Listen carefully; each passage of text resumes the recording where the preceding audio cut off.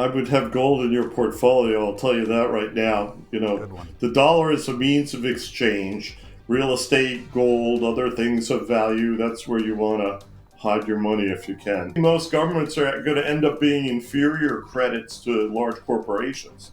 Think about that. You can't move this country onto its own funny money while the rest of the world is going to gold. We're going to be in big trouble if they do that. The model in the United States is to pull tomorrow's sale into today and make the economy seem like it's going faster. The role as the primary reserve currency is clearly going away. People are out buying gold today based on volume rather than price.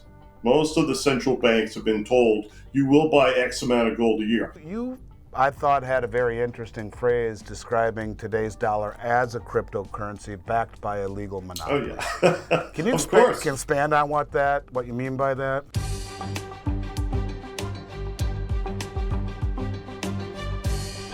This is Little by Little with Andy Schectman. Welcome back, everybody, to another episode of Little by Little. I'm very happy to have joining with me today Christopher Whalen. Christopher, welcome onto the show. It's nice to have you here. Appreciate you coming.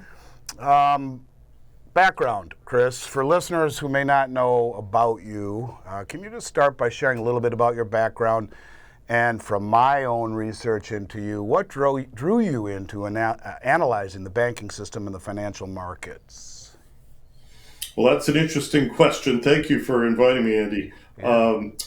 I am the child of Richard and Joan Whalen. My father was a biographer of Joe Kennedy. He wrote speeches for Richard Nixon. He was a sous chef in the Reagan cabinet. So I grew up in a very political household in Washington. When I was a kid, he used to quiz me about the Basel Accord because a friend of his named Paul Volcker had been telling him about it. Volcker created the whole Basel framework. It was a ministerial understanding back in the 70s. So the point is that I grew up with banks. I worked at the Fed of New York as a bank analyst. I worked in bank supervision in the old days for Jerry Corrigan. And I got a real grounding in that perspective, the regulatory perspective. But then I ended up working for Bear Stearns, and I learned about sales. So I'm an investment banker and author. I'm unusual in the world of FINRA because I've always been a writer. I've always been a credentialed journalist, which has been a problem for them. But I served on a FINRA committee for 15 years, looking at economic and risk issues, and I basically write for an institutional audience now on my blog. But I still work as a banker. I'm an advisor to some very large non-bank lenders in the U.S.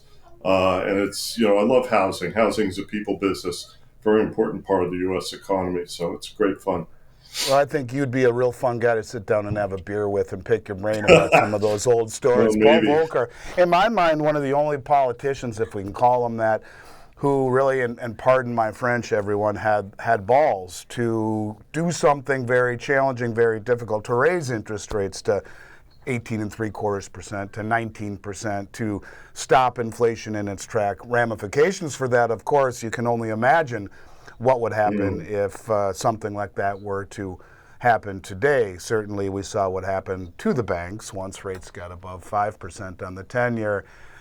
Interesting times, to say the least. I can only imagine the stories that you have. Certainly, what a cool upbringing, a sous chef in the White House. Amazing. Well, no, amazing. Pop was, Pop knew Reagan from when he was governor of California. I have some letters from Ronald Reagan thanking me. I was a very young man for an essay I had written about Mexico because I was going to Villanova at the time, and I was fortunate enough to be in front of some of the teachers in their honors program who loved to travel in Latin America. So I got a very interesting background. I knew Paul until he died. Paul was a member of the Lotus Club, dear friend of my parents. But the key thing to remember about Volcker is he was an economist from New Jersey who worked for Chase Bank. So he was not there to protect the banks per se, but he always leaned in their direction. And, it was remarkable what he did on inflation, because at the time, the banks were just barely getting over their problems in Latin America. As he said to me, they were broke. So he had to figure out ways to help them make money. And that's why they opened a lot of things that ultimately led to the financial crisis in 2008, off-balance sheet finance, a lot of different things. So he was both our protector in terms of inflation, but he was an enabler for the banks. Don't ever think otherwise. Yeah, I suppose it's so. That's a tightrope that was skillfully walked. I don't know that the Fed has the ability to walk that tightrope any longer. And it No, they feels could like never they're, tolerate deflation like that, Andy. well, No. even still, I mean, just the balancing between inflation and you know the economy at large. What happens if they try and fight it? And I'm going to talk to you about that because it's a very interesting time. You could argue they've painted themselves into a corner. I'm going to ask you that and see what you have to say in a few minutes. But all of this sets the stage nicely because you have been one of the more outspoken critics of the U.S. banking policy over the years. And what drives that perspective? You kind of answered it, but what drives the perspective of being outspoken on the U.S. banking policy? I think first and foremost, people want to know what's actually going on. The industry, the regulatory community ultimately are trying to give you an oil painting instead of a photograph, much less an x ray, right? So, interpreting the data and understanding what's going on with it, I think, colors my perspective to a large degree. What we've seen in this country over the past 30, 40 years has been the democratization of credit, of course, Jimmy Grant's great phrase. But then because of inflation, because of a lot of other pressures, the quality of U.S. consumers, if you think about it as a credit rating, has fallen. It's probably like a single C or a triple D on average in terms of their propensity to default on a mortgage or credit cards or whatever it is, right? So the banks reflect that, Andy. They are forbearing, they are negotiating, they're doing everything they can do to avoid putting you in the default.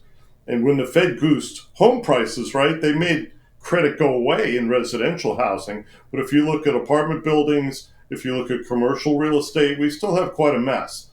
And the banks are covering that up as much as they can. Again, forbearance. The one key data point I'll point out to you from the FDIC is they don't take property anymore.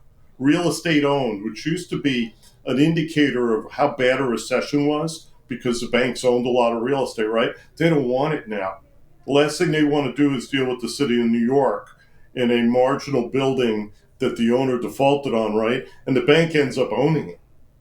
The bank will do whatever they can to keep the owner in that building, believe me.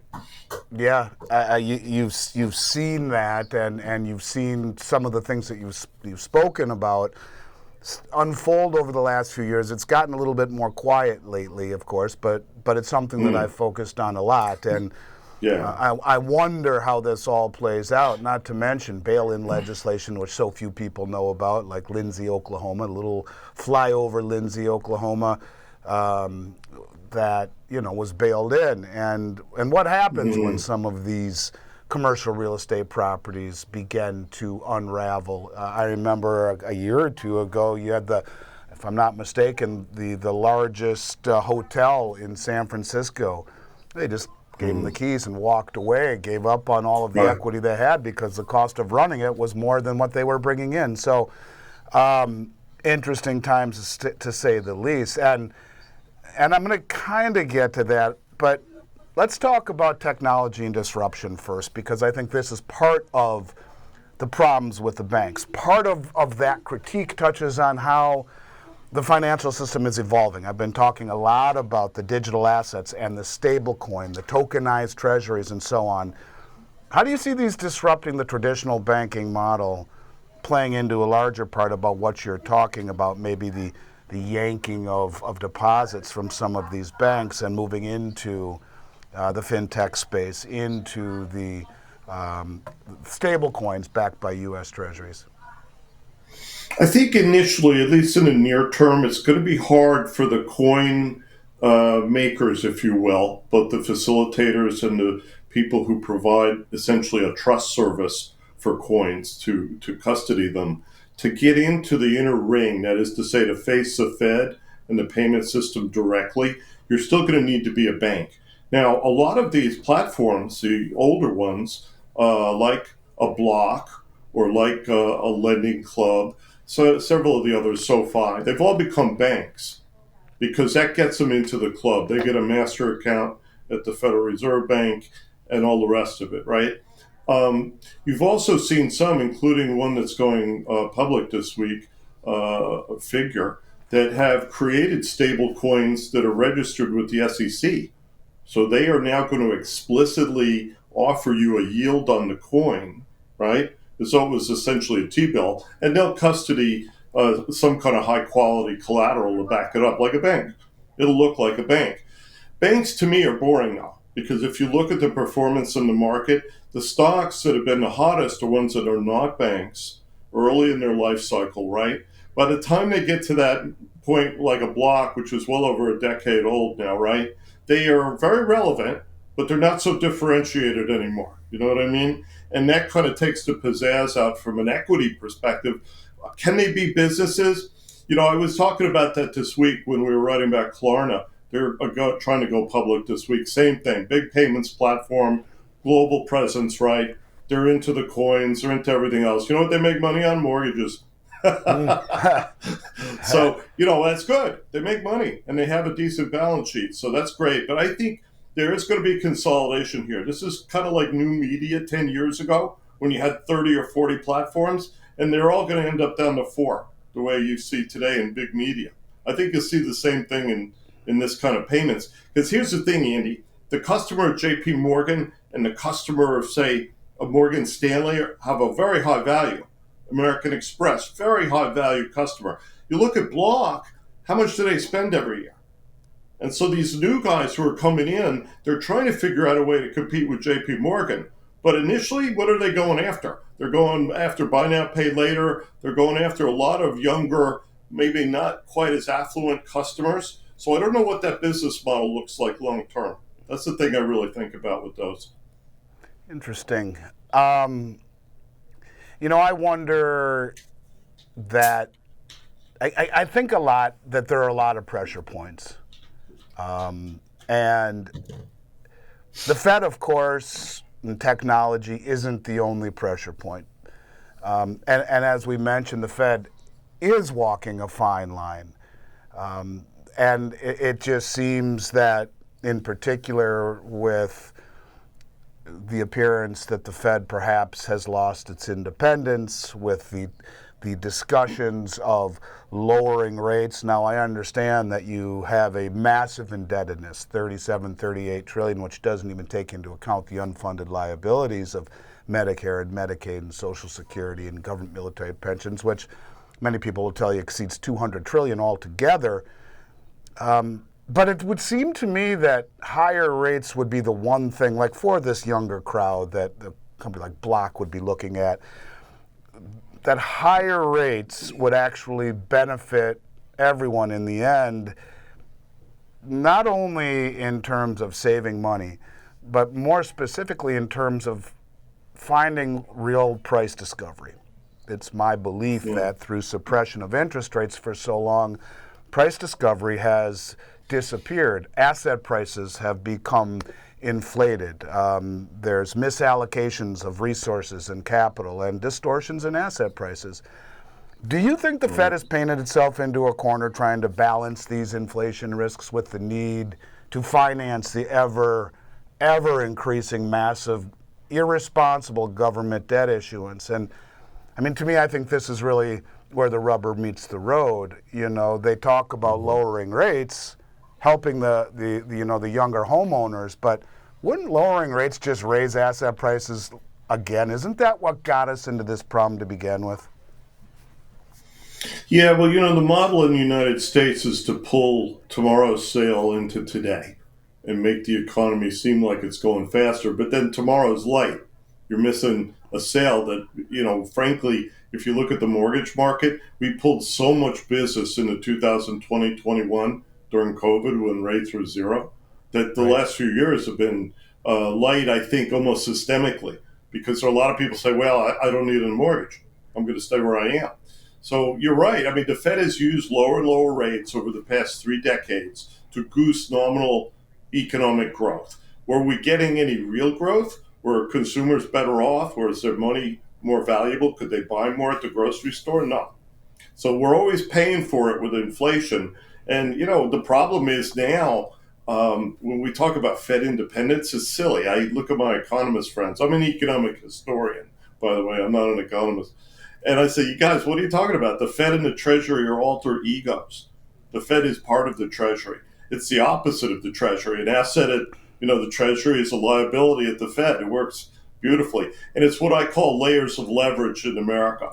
Since our inception as a country, we've been very ingenious at creating new layers of leverage. Mm-hmm. And that's how you should look at crypto. Although I think crypto is far more speculative and it's really part of financial repression, to your point, right? We're not paying people anything. And now I got to give people my fiat currency. They're going to earn the carry on it, and they're going to charge me a fee for using the coin. So, it depends. Some of them, I think over time, these coin offerings are going to be much more competitive. And I think ultimately they're going to have to show a yield to the holder. That's what's so interesting about that IPO I mentioned before. I was surprised. I didn't even realize anybody in the community would go to the SEC and deliberately set this thing up as a security. Because remember, the old argument was, we're not a security. We don't want to be regulated like a security, right? But I think to attract users and to give them the benefit of an investment return, you almost have to have some variations that offer a yield. And then others won't, right? It'll depend on the use case. I have friends in Lebanon who use Bitcoin as money because they don't have a government. They pay for everything in Bitcoin. Well, and it's a totally different use case. That's what I was thinking, that the companies that start to issue the stable coins, because they won't have the traditional brick and mortar and the ATM machines and all of the other expenses, that they will offer a yield which will siphon funds away from, in particular, the regional banks and the local banks. Not so much the too big to fail banks, but I think you could certainly put a bullseye right on some of the smaller banks where you can say, especially with the younger crowd, as you've been talking about, where the younger, more tech-savvy crowd will say, well, I can go to, one of these, what's it called? Circle, I think it's called, where you can go right to it and get paid a little bit of a vig, if you will, or a little bit of a higher rate than you can getting it at your local bank, and you have immediate access to it. Plus, you have the ability to move it much, much easier. I think that things are going to start to evolve. I guess we'll see. But if, in my own mind, and I guess I'd be interested in your take. They are. Are we going to see massive consolidation? Is this, we've always talked about the CBDC. Even though we're going away from it, it seems the things that we are doing are following the same playbook, which would have been to greatly downsize the number of local and regional banks, making it much easier when you're talking about, even if it's stablecoins, on-ramp and off-ramp monitoring, much easier to do it on a handful of big players than 5,000 banks in the United States. Do you see that really happening, a consolidation of many of these local and regional banks? No, not initially, because again, they have a front row seat on the payment system. The guys we're talking about, the disruptors, are behind them, their customers. So for example, if I'm Klarna, I work with WebBank in the United States. That gives me the ability to offer deposits, other services, and credit. Now they also offer credit themselves. They're a Swedish bank, right? But it's harder for them to compete with the big guys, as you pointed out. What I would say is this: banks are, big and dumb. That's why we love them, right? They do provide very important functions. They will figure this out. The same way everybody eventually got Zelle on their website. You know what I mean? That took forever. I used Bank of America, so trust me, it took forever. But eventually they did it. They still have horrible risk management problems with it, everything else. The new shops that use blockchains and such things, they have lower costs. They're figuring out how to make the throughput in these networks fast enough so that they're competitive. Because, do you remember when Discover got bought by Capital One last year? Why did they do that? Because Capital One, believe it or not, big bank, didn't have their own payment rails for processing credit card payments. Discover did. They had one of the older platforms in the industry, which they had built themselves. That kind of barrier to entry into the payment system is still pretty expensive. So look at a SoFi, look at some of the more developed early players who are all over crypto, right? They are fully involved in this. But then you see somebody like Stripe getting into it. Stripe is building their own layer one payment system. So over time, I think the big guys, trust me, Visa, MasterCard, all of them, Apple, it's gonna be very interesting, Andy, because Apple and Google are gonna have to make a decision. Do we get into this ourselves now, or do we keep working with third parties to process this stuff?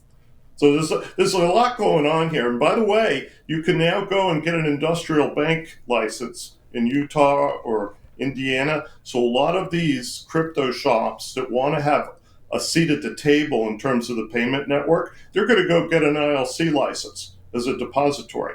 And trust it's going to be revolutionary what's going to happen. Wow, it's But crazy. they'll all be banks. They will all be banks, and yet they'll still have the crypto dimension, which I think will make them more interesting. And yes, they will consolidate viciously. It's unbelievable. It's technology. Technology it accelerates everything.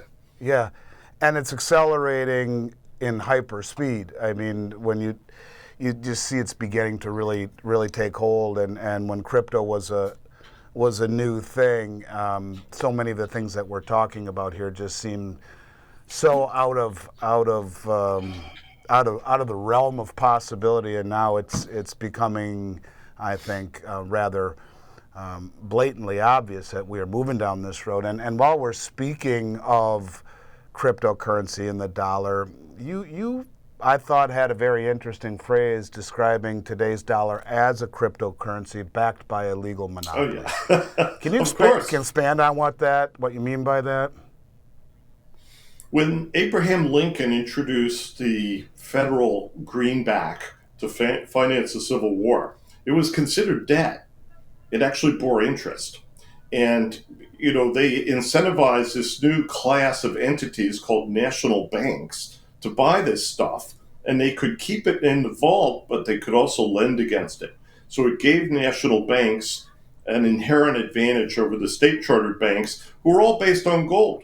Gold was money in those days, or maybe pound sterling, but that was about it. State money, bank money was always suspect, the paper.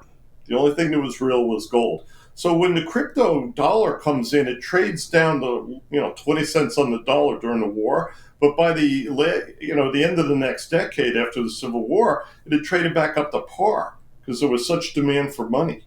The country was growing rapidly. We needed a means of exchange, right? Just in a physical sense. Nothing to do with investment, nothing to do with value.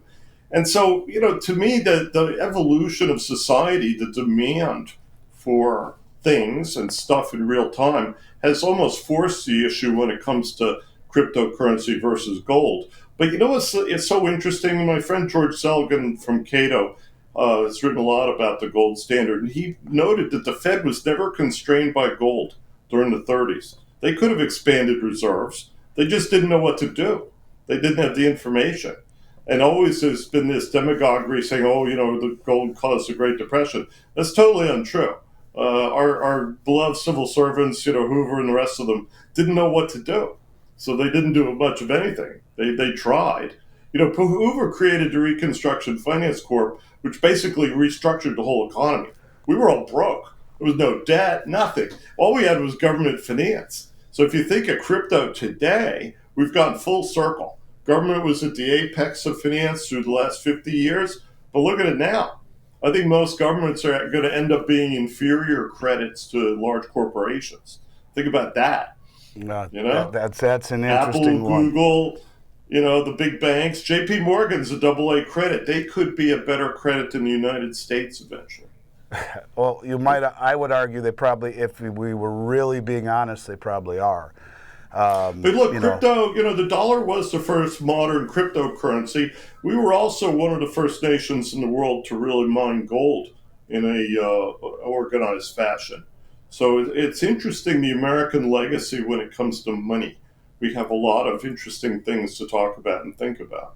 Well, speaking of that, in that story you talked a lot about silver as well. Can you just, before I ask you the last question about gold, can you highlight what you were talking about silver and in its relation to cryptocurrency today? Hmm. Well, remember before I mentioned the pound sterling. That's not gold, that's sterling silver. And in the early days of the United States, money was backed by silver. But there was a point where we had a transition to a gold standard, largely because the rest of the world was up to its ears in silver. Production was very high. And most countries in Europe, particularly Germany, transitioned to a simple gold standard because they didn't trust silver anymore. The ratio between gold and silver kept going up. And even today, we consume silver in industrial applications, but we still have a fair amount of it around. Gold, on the other hand, is quite limited in terms of deliverable supply. If I understood what you were talking about in that story at the same time, it was that silver was kind of the rallying cry for the common folk to push back against. What Yeah. happens is the Silverites, with the help of a lot of big political interests, mostly in the Democratic Party, eventually force the Treasury to buy silver. And they do this by paying paper. But the people took the paper and bought gold. So over time, the gold stocks at the Treasury basically disappear. And at the end, the government was in pretty bad shape. And so the politics allowed them to get rid of, silver again. They have the Gold Standard Act in 1900. And, for a couple of decades, we had the gold standard till the Great Depression. And that Yeah, was that. Gresham's law, right? That's exactly why the gold disappeared. Um, Well, he didn't have, Roosevelt didn't have to seize the gold. That was a political move. He didn't need to do that. do Because you think again, the he Fed never was limited. do you think he did it to devalue the dollar? Well, all of the discussions we're talking about today, we hear everywhere of gold revaluation. It's held on the Fed balance sheet in an account called the gold revaluation account. Got your friend Jim Rickards, who I cite regularly, talks about gold being revalued to $24,000 an ounce, which would give the Treasury $6 trillion free and clear. But more importantly, and if you look at the Mar-a-Lago Accord, Stephen Mirren, who's on the Fed, is the author of it, the devaluing of the dollar to that degree.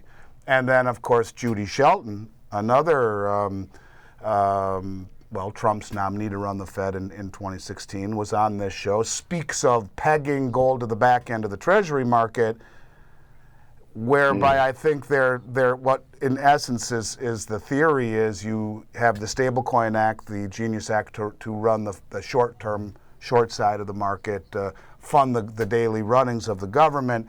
You peg gold after devaluing it to the back end and have a zero coupon bond on 5, 10, 20, 30, and ultimately 50-year treasuries, maybe a small coupon on the 50, to bring back manufacturing at zero borrowing costs, and the massively devalued dollar, a la Jim Rickards saying 24,000. I don't know what that would work out to, maybe a 60% devaluation in the dollar would certainly help in selling your goods that you have now reshored, your manufacturing across the globe. Do you see any validity in that? Do you see anything along those lines that you could see something like that being the plan? I think my friends, like, I know Judy Shelton, are trying to fix something that is a result of war. In other words, the special role of the dollar and the tendency of America to finance the redevelopment and the economic expansion of the rest of the world at our expense is absolutely, the correct analysis. But the question is, how do you fix it? You can't fix this in months or years. What we're saying to the rest of the world is you've got to grow your money and you've got to buy more stuff from us. In other words, we want reciprocity. So if we force the dollar down, we borrow a page from John Connolly and say, it's our money and your problem, right? So we force it down, but how do you do that? Steve Mirren says sell the gold and go into crypto. No, I'm sorry. This decision was already made in 1969 when the Treasury withdrew from the gold pool in London, and we stopped really, valuing our promises in gold, right? Right. So the way you do that is you buy gold with paper. You say to the rest of the world, you want some dollars? We got some dollars for you. And you aggressively force the price of gold up. If we follow Mirren's mechanics, he's going to have a disaster on his hand. Nobody in the world except for Americans thinks that we can run our economy on buttons. which is what crypto is, okay? That's Right. an allusion to the 1930s, by the way. And I just think, we can fix this. The debt is trivial. We can easily deal with the federal debt. The question is, how do we do it? How do we bring manufacturing back to this country? All of those are valid goals, but we have to be a little smarter than what I've heard and read about some of these proposals. You can't move this country onto its own funny money while the rest of the world is going to gold. We're going to be in big trouble if they do that. Yeah, and I would argue that much of the world is going to gold, which leads me kind of to my Well, they last are. question here.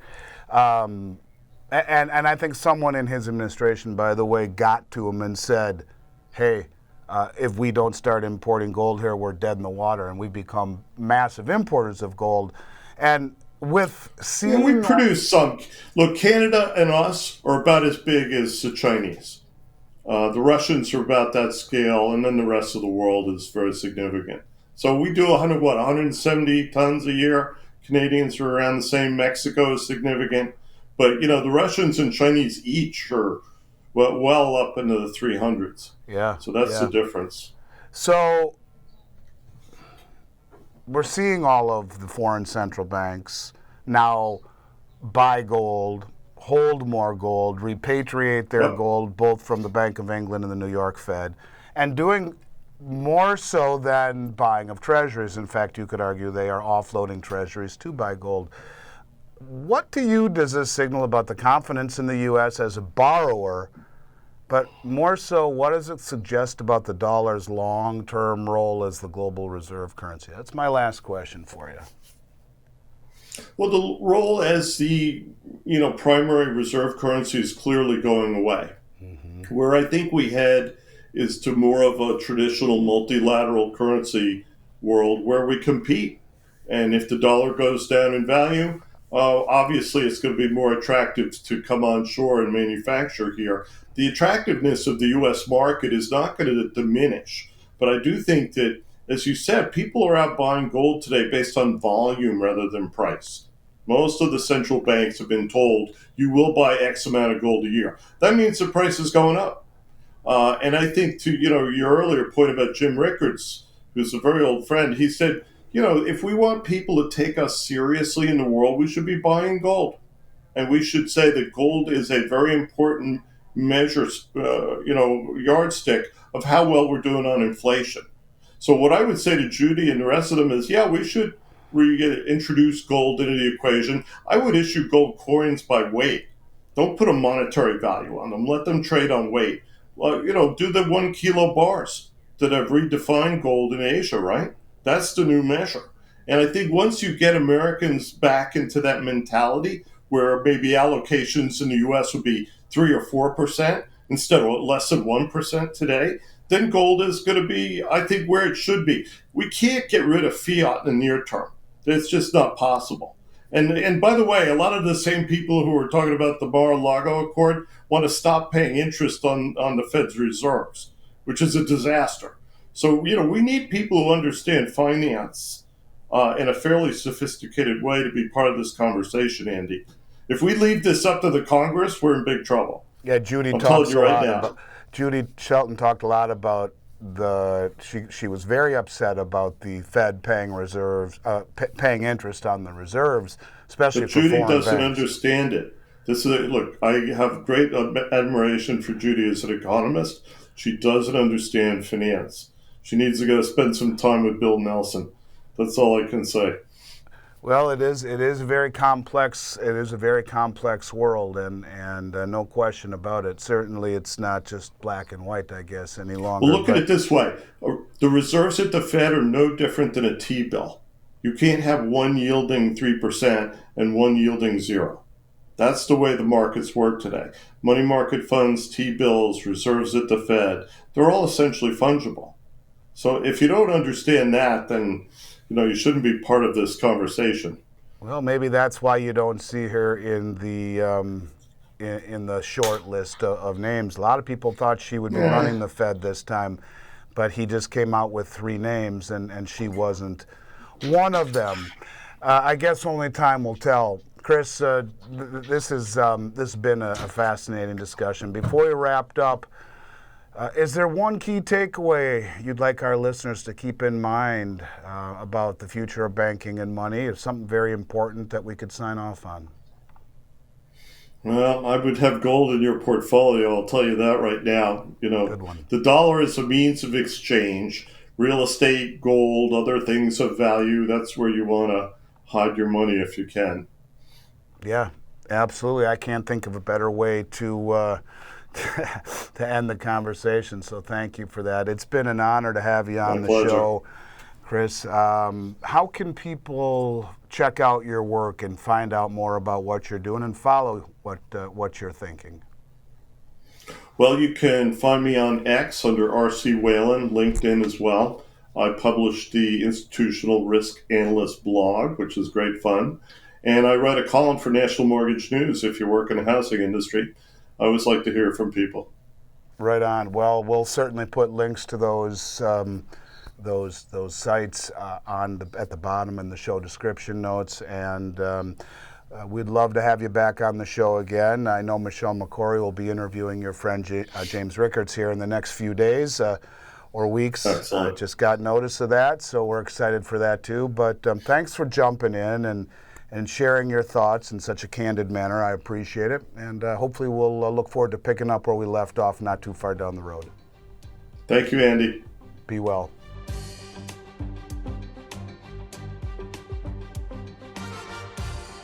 This is Little by Little with Andy Schectman.